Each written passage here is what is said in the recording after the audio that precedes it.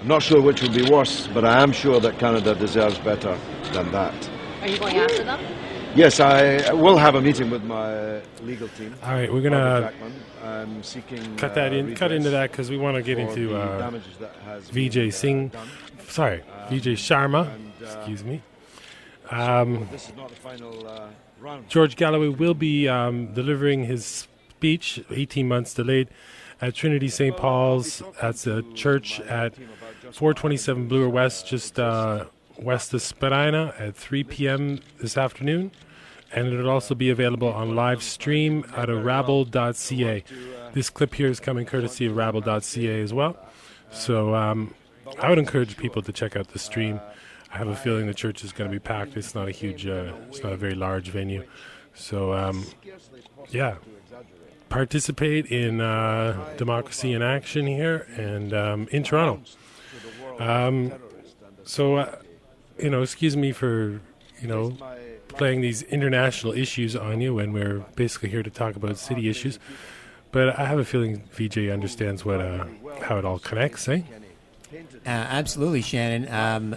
I like to look at Toronto in the international context simply because so many international laws, international regulations, and international bodies are going to affect and are affecting right now what's going on in this city. So we can talk about bike lanes, running in parks, $50 rebates to renters, but we should also talk about, say, the International Council for Local Environmental Initiatives, ICLEI at ICLEI.org, ICLEI.org, at the corner of Richmond and Spadina, which is a UN body that is responsible for local environmental initiatives. So the light bulbs, the low-flow toilets, and a lot of the other green initiatives are being managed at the international level.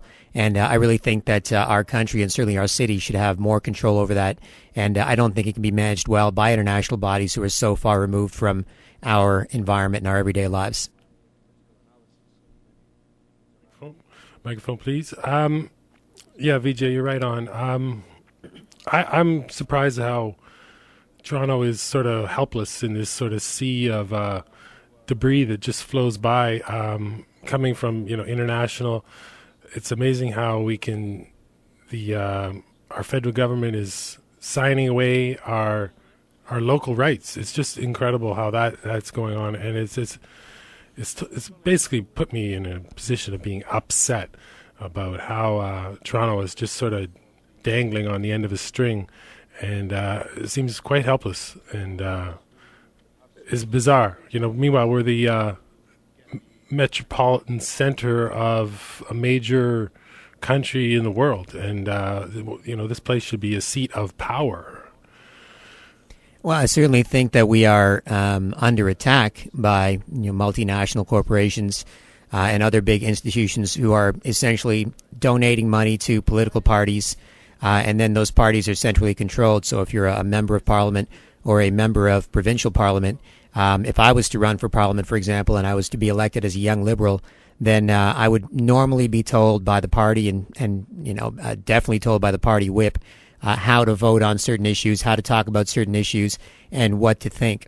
But at the municipal level, at the city level, the candidates are not part of any parties. They may sympathize, they may say they affiliate themselves with the Conservatives, the Liberals, the NDP, whomever, but they are not officially part of any political party. They are individuals who can be controlled by the people who vote for them in the 44 wards in Toronto. So it's important to make that distinction. If a lot of people think that the most important elections are the federal ones, when in fact they are the least important elections. And over the last 5 years, Prime Minister Harper has certainly shown his ability to crack down on other elements of his administration and prevent them from speaking freely or doing what they want to, and recently cracked down on science and wanted to make sure anything dealing with climate change or global warming came through the PMO. So if you vote for a prime minister, it's arguable that they will be controlled. But if you vote for your city councillor through part of an ongoing process, say, spending an hour a week or just working with your neighbors, you can pretty much keep them in check. And I have some of that information on my website, whatyouvanttoBelievein.com, where I recommend we do that. And I recommend we be someone who helps them resist the influence of corporate lobbyists. Yes. Whatyouwannabelieveit.com? That's correct, sir. I was looking for that. I found your blog spot, and but I didn't get to the what you want to believe in. I think we want to believe that we can handle this stuff. I mean, I think that I don't think we're helpless. I think that we can feel helpless because of the size of the problem. But as long as we have, modern communication tools and the will to communicate, then we can expose enough truth to prevent the majority of us from going along with the lies, which is really how this sort of global system of globalization works. NAFTA was supposedly, going to get us more jobs and be a boost for our economy, but we all saw a massive job drain, brain drain, and our industrial base being destroyed, our manufacturing sector being destroyed. So we're moving towards an essentially pure service economy where we just push pieces of paper or sell each other services. And so again, when some people see these conclusions before, and if we listen to them carefully, we can hear them make more sense with their sales pitch against some of these ideas than the majority of the sales pitches we hear in the corporate media. It's incredible. When the whole free trade thing came down, it was quite obvious that the manufacturing base of Ontario was going to dry up. And the politicians just sat there. The Ontario politicians absolutely did nothing for the longest period of time until they realized that they were so far in debt that they might never get out. And then they decided to adjust the actual taxation of the economy to, how do you call it? Take the money off the service industry instead of the manufacturing base. It's just sort of a good example of politics at its sort of not lowest, but just at its sort of base level, where it's cowtailing to public opinion or something. It's more of a how do you call it? Not a lottery, but I guess it's just it's like a student election or something. Sorry, I don't mean to, but it's a popularity contest, really. Well, I think that's the thing is that they're running on personalities. If you even look at the mayor race here in Toronto, we're supposed to call each other stupid or hate each other for choosing either Ford or Smitherman. So if you're a Ford guy, then you're like, I can't believe you'll choose Smitherman. You're so stupid. And if you're a Smitherman guy, I can't believe you're going to choose Ford, right winger, blah blah blah. And there's some truth to that because they do represent different sides of the political spectrum.